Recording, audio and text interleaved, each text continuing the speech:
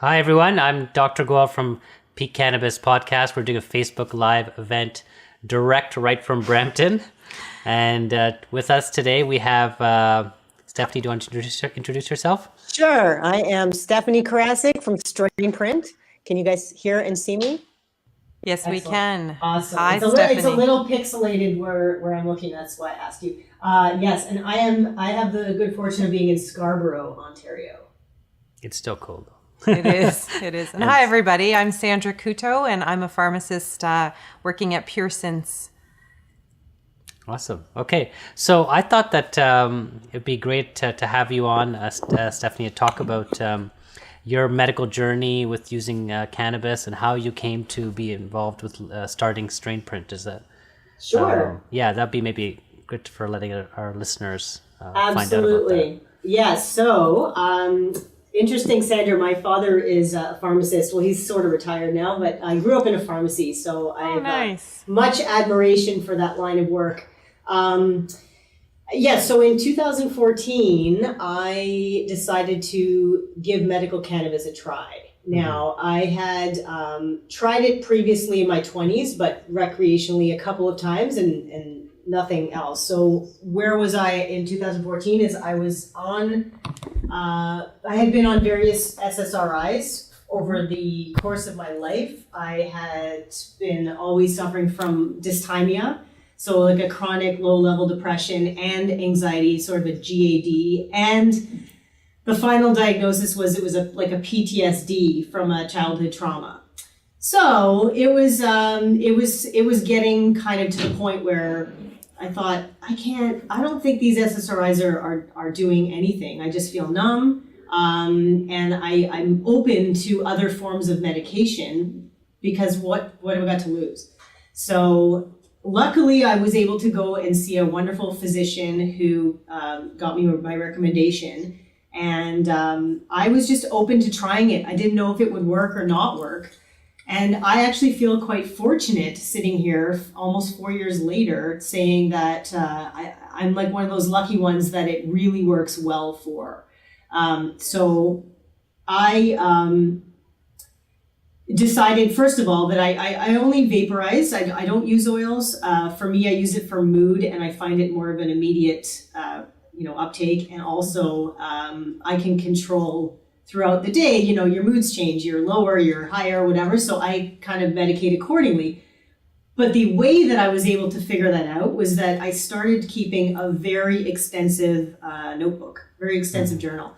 And it was something that my doctor had suggested I try to do, but I didn't really, a couple months into using cannabis, I was like, no, there's no way. I can't remember why yesterday was so much better than today. Oh, and I started writing it down and realizing that for many, many times it was just about the dosage. Other times it was about if I used a strain that was super heavy in one terpene, but I didn't know what those were yet.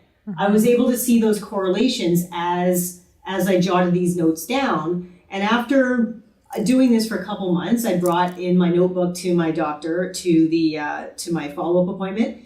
And he was really astounded. And he said, you know what, like if all my patients did this right now, we could move along science pretty quickly. Right. And it made me realize that, luckily I am kind of a nerd and I love documenting everything and data and all that. So for me, it was sort of a no-brainer to think about. And I'm also sort of a creative person. I was in advertising for 15 years. Just one quick thing. I'm going to get you to move over a little bit because you're getting cut off. There. Yeah, perfect. Right there. You got it. We So could tell see us. your Anyway, face. long story short, I basically thought there has to be an app for this. There has to be, because it's too cumbersome to always write things down. And quite frankly, I don't think most people would even want to do that. It's not for everyone. So if we can make something, a piece of software that's super easy to use, that really just prompts you for your before medicating and after medicating and gets all that other information in there sneakily somehow,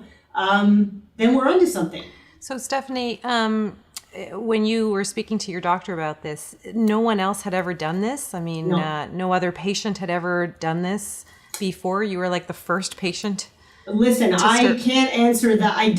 know from what I was doing my own research when I first came up with the idea for the app. So I was like, well, there's got to be something. I'm going on this Google Play, the iTunes. I'm looking around, and I was Googling things, and there really wasn't anything. Like here, I always point to my Fitbit. Here, show it this way. You gotta come this. Sorry, Show with your hand this way. The other the other side. There. We're getting there. There. Yeah. Okay. Tell us about. So I actually, I've been wearing this thing for the last probably 5 years or so, and Fitbit. I'm a person who thinks these things are useful for some people, and so when it came to the idea of kind of software to help people track their medicating with cannabis, I couldn't find anything, and my doctor hadn't seen anything like this. So he was like, he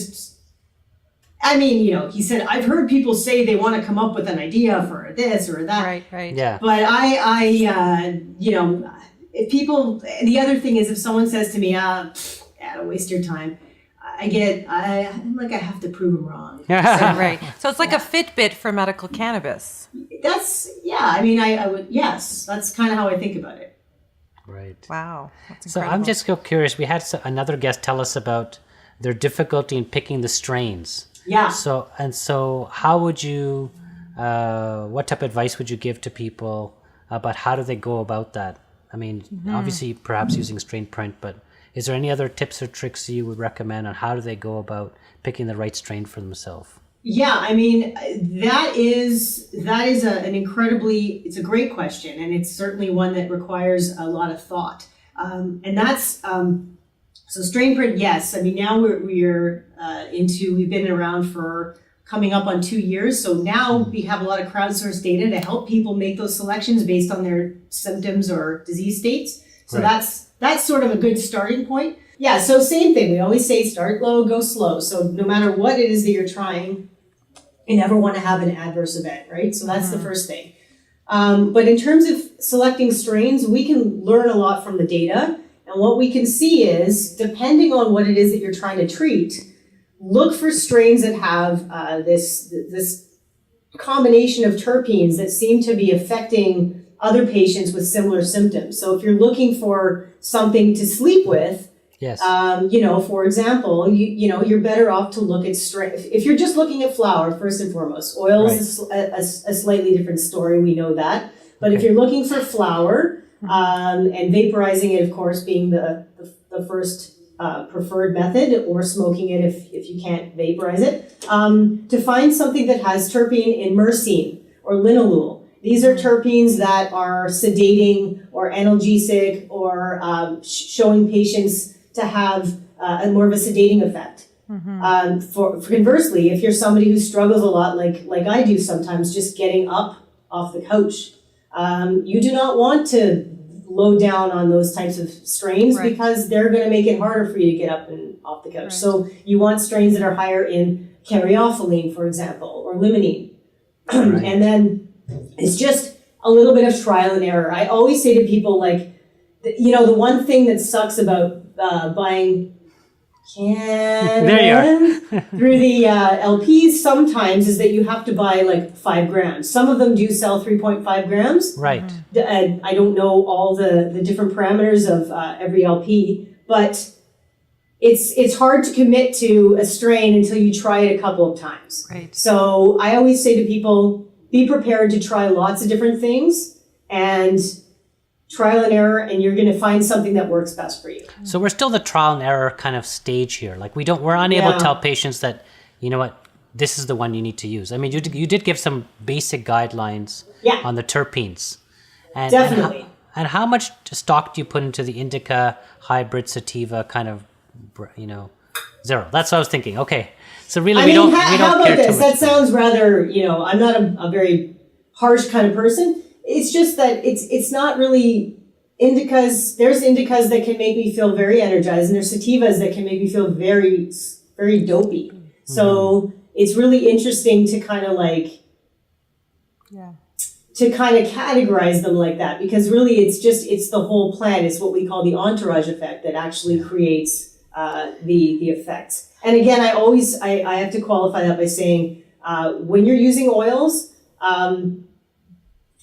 I'm not as versed in terpenes and oils because you have to ingest those terpenes, and the stomach acids don't exactly interpret, or I think it doesn't have the same effect. If you are using a sublingual oil or a product or a tincture that can be absorbed into the mucous membrane, then its terpenes would arguably work better there. Mm-hmm. So, Stephanie, how many patients are actually using the Strain Print app right now? And, in which patients would you recommend to start using an app like this? So, first of all, we were never telling exact numbers of patients, but we can tell you that we have tens of thousands, and it grows rapidly every day, every week, every month. I'm astounded by how many people have joined the platform, and also super excited because that means that we are getting that much more crowdsourced data. Mm-hmm. As far as who should be using it, in my opinion, everybody who's using medical cannabis. And we're also working very hard right now on our V2 of the app, which is, yeah, guys, I can't even tell you how excited. We've been working on this for months now, so I'll be very excited to share this. Maybe I'll come back in a few months and share with you what we've done. Right. Because do you actually have can we actually see the app, or the actual app that we're developing now, the V2, and I'll tell you what it is. It's really we've been in market 2 years now, so we're free on the App Store and Google Play. Right. Yeah. So we have over 1 million patient health records or tracked sessions from patients or just over 1 million today. So that's a lot of data. Mm-hmm. And the reason that I think anybody who's using medical cannabis should be tracking it is because you have no idea how certain things are going to impact you. Mm-hmm. And here's the thing, if you're using other medications, which a lot of people are, and that's amazing, we don't want to discourage that in any way. We want to be able to show you that you have to take this as seriously as any other medication. Mm-hmm. So if you're taking an SSRI or a benzo or whatever it is that you need to take to cope with your particular ailment, sorry, I'm trying.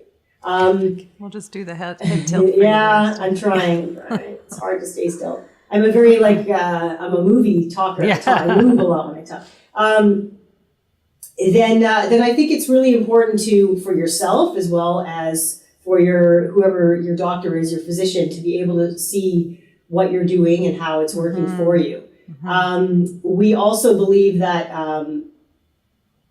now that cannabis is recreationally legal in Canada, we have a whole other population of folks that are trying it as medicine because they couldn't get their hands on it before. Right. And there's a lot of guidance that's needed there. I just feel like it's something that we have to help people on board and to learn how to do properly. Mm-hmm. I would ask you a question because you have a lot of experience from I guess looking at the data. Are you seeing that particular companies, the quality of their product is differentiating in their effectiveness? Like, do you see that, potentially, if some product is, maybe it's not as pure or it's gone bad or something like, is it possible that there are differences? Like they still might be the same strain, but... So yeah, 100%. And I don't know if that's from gamma radiation. I don't know if that's just the particular way it's grown. I don't know much about cultivation and how that works. Mm-hmm. But I do know that there are strains, and I can speak from my own personal experience as well as the data.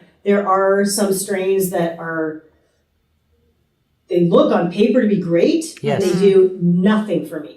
And I'm like, what's going on? Like, how can this be? I'm going to try it one more time. Nothing. So I'm very much a proponent of, first of all, you have to, everybody's different. So you have personal, to, it's very personal. So what may not work as well for me might work okay for you. Mm-hmm. But what I love about the crowdsourced data is if you give the same thing to 100 people and 80 people have a great experience or a decent experience with it, mm-hmm. and we rate everything is in percentages, so we can tell like the efficacy based on a certain symptom would be, for me, when I look at the data, I'm looking at anything that's over 40%, I think is fantastic in terms of efficacy. That's just the way I look at it. Like, so if I'm just trying to cull through it and look at something interesting, if I see something over 40, I'm like, this is interesting. That means 300 people have said that gave them an efficacy of 40%. I'm down for that if that's something I'm going to try.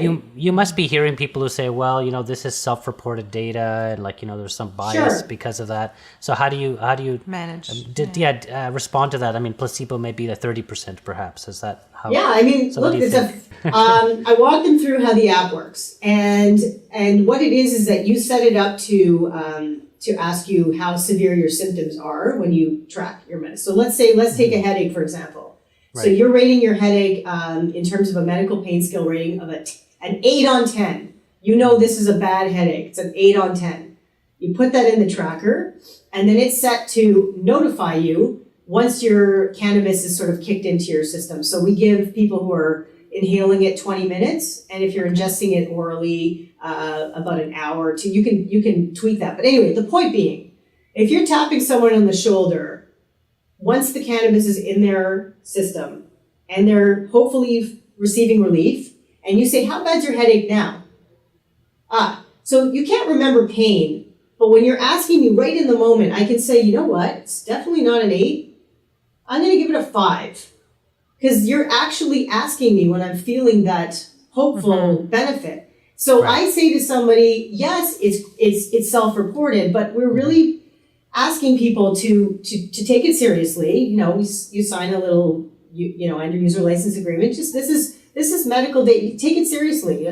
That's the whole purpose of doing it. So anybody can say I can evaluate my pain on a scale of 1 to 10.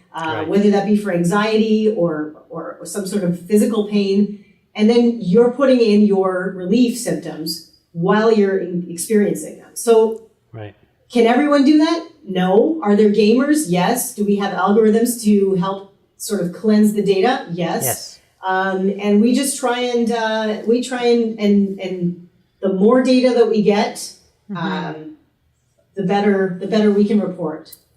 So, Stephanie, you were mentioning about patients having to sign something or maybe a consent. It's a EULA, an end user license agreement. Yeah. Is that to protect patients around their data, and how does Strain Print manage that in terms of protecting patient confidentiality? Yeah, Strain Print we have worked very, very tirelessly to make sure that, of course, the app is the data is treated. It's a medical record, right? So we are HIPAA. I don't know all the terms. Compliant. But the data actually is not stored on your device, and you own the data, so no one's stealing it from you.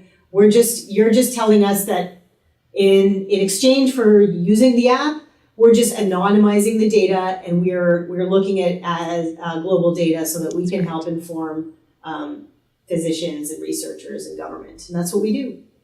So, what are types of the trends that you're seeing? I know that I had a chance to see from Joya, I think the last 3 months or something, CBD was being prescribed, I think, by 50% of products. CBD products were in the top compared 5 to out flowers. of 10 or something like that. So what type of trends are you seeing? I mean, this is pretty much what we would expect now that cannabis is legal here in Canada. A lot of newer people are trying it for the first time, and they might be trepidatious a little bit. So of course, CBD products are a lot better to start on. So that makes a ton of sense. But we're also seeing a lot of interesting data I don't have the actual numbers, so bear with me, but we see a large population of baby boomers.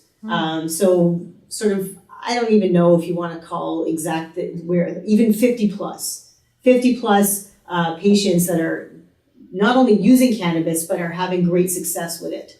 So that's very encouraging for me to see. Wow. Yeah.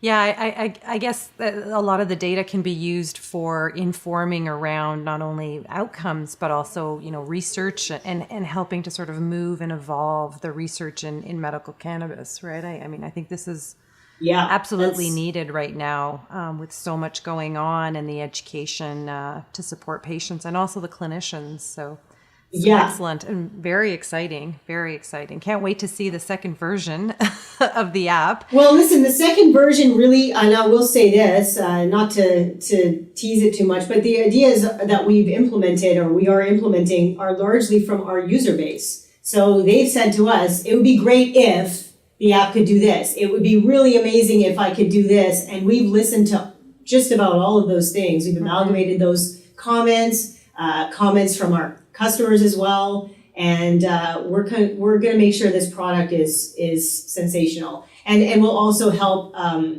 recreational or adult use users as well to help them along. Yeah, I was just about to go talk about that. So, what percentage of people are not medical cannabis users, or like people who are getting it from dispensaries or not? Yeah, we have. I mean, I could find that data for you if I was on my portal right now, which I'm not. We have more medical patients under the ACMPR than, sorry, my phone's ringing, I'm just putting it away, than we have non-medical patients.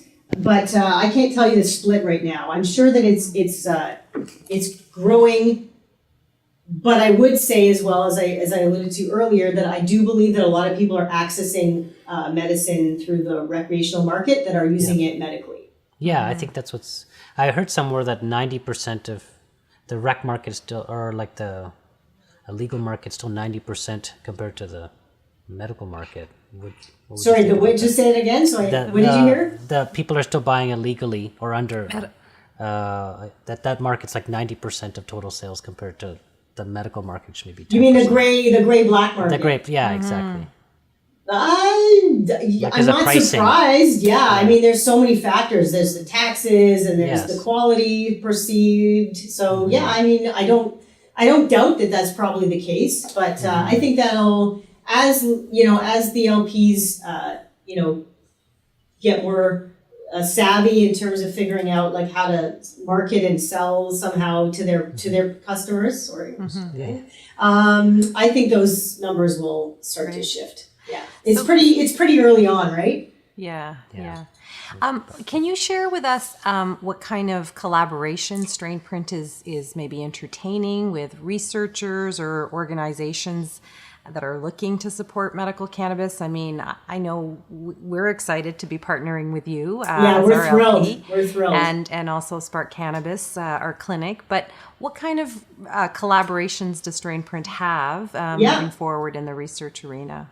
We are very excited to be working with a company out of Israel right now who is formulating a line of products for women's health, specifically for endometriosis. And it's being run by one of the top obstetricians in that region in the Middle East. So they're pretty serious about what they're doing, and they're using our data to help formulate the right products. What's so incredible about living here in Canada right now is that we have, because of the ACMPR program, we have medicine that is being, we can really learn a lot from people that are using these products because we know what's in them, they're tested. Right. And this is a game changer globally. Mm-hmm. We can, from the data that we're able to collect today, we'll be able to inform not just research. We actually have like a couple of different research initiatives going on right now. Not sure if I'm allowed to say what they are. I can't say because I don't know. No, that's okay. But yeah, there's a couple of them. There's one out of Duke University and there's one out of Washington State University. So that's awesome. That's all of them are, and the government as well of Canada is very interested in what we're doing. So that, to be honest, is very exciting for me. Yeah. Puts Canada on the map for sure. Yeah, it does. Absolutely. It does. And you know what? I think you can squabble and talk about all the problems there are with the system, and there are, but at the end of the day, we're pretty fortunate to be living here and to be able to access this medicine. Agreed. So just a little bit of information for our listeners and viewers. They can go to the App Store and download Strain Print for free. Absolutely. And so you don't have to be coming to our clinic, or if they're using medical cannabis or cannabis, they can just go and start recording how the cannabis is working for them. Is that right? Yeah, absolutely. If they go through your clinic, they will get a special activation code, which will give them some bonus points. Yes. And also kind of modifies the app a little bit to have your look and feel, which is what we do with a lot of our clients. And it also helps the clinic have a sandbox of their patients. So that's why we do those things.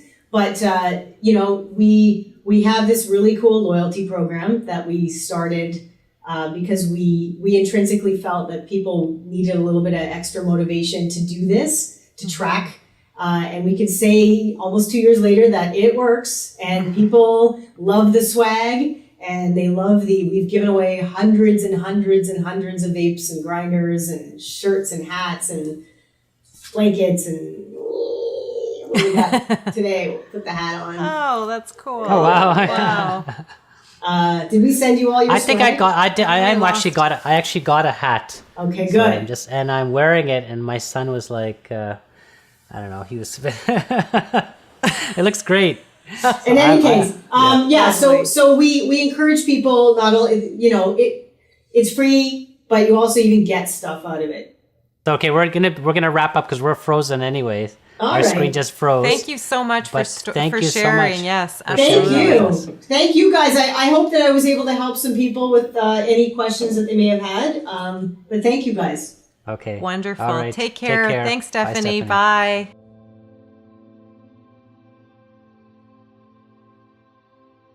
January the 21st, 1978, I lost my big brother. He was in remission from leukemia, and he had caught the chickenpox virus. He was immunocompromised, and he couldn't fight it, and he passed away. That basically set the trajectory of my life from that point on. And I really struggled from the age 6 on with constant depression and anxiety and just horrible kind of fears of death. That was just what was to be my reality. By the time I was in my 20s, I had sought help, and I had been on different medications to help with some of the sadness, and things didn't really work. I was either very numb from the medication, the side effects. I never felt great on them, and I certainly didn't feel great off of them, so it was kind of a no man's land. After I'd had my 2 kids, I started feeling immensely scared about losing them in a way that I couldn't comprehend. It was more of a pervasive, ongoing feeling like at any moment they're just going to be, hit with some horrible ailment and taken out. By the time they were, at this age, I think around 9 and 7, around there, I sought a new doctor to try and figure out how I can deal with some of this never-ending darkness that I was dealing with. Through several conversations, it somehow came up that cannabis was helping soldiers that had PTSD. I decided that, she's willing to send me to a clinic, I will get a prescription.